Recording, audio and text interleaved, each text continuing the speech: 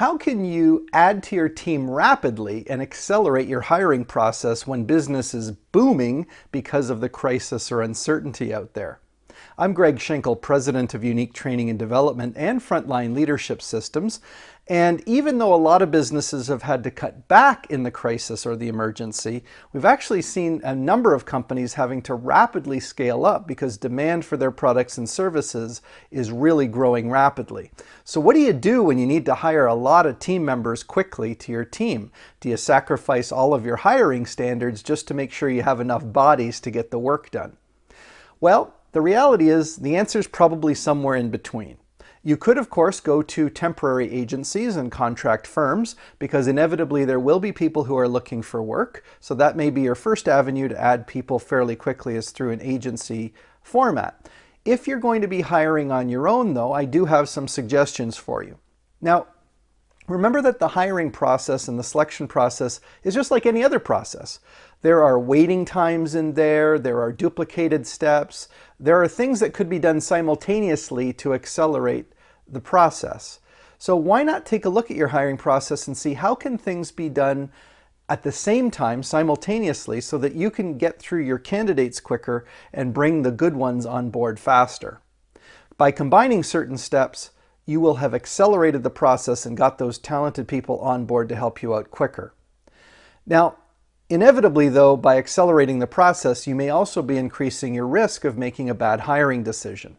So how do you mitigate that risk? Well, of course, you could do it through the temporary agencies that I talked about earlier, or you can put people on shorter term contracts so that they are basically on a tryout basis with your firm, and that allows you to try them out in real time to see who can pick up the job quickly and keep up with your production requirements. So by making your risk less from adding people on a contract basis, you'll have the flexibility of making those staffing decisions a little bit further down the road when the crisis surge abates. Bringing on a whole lot of people quickly will also add to your need to train people on certain job tasks. We recommend that our customers who need to add a lot of people in a short amount of time consider having dedicated trainers. I know that might be difficult when you're already struggling to keep up with production, but having people who are dedicated to getting those new employees up to speed quickly can really help boost their productivity and reduce things like errors and wasted effort that might happen as you add new people to your business.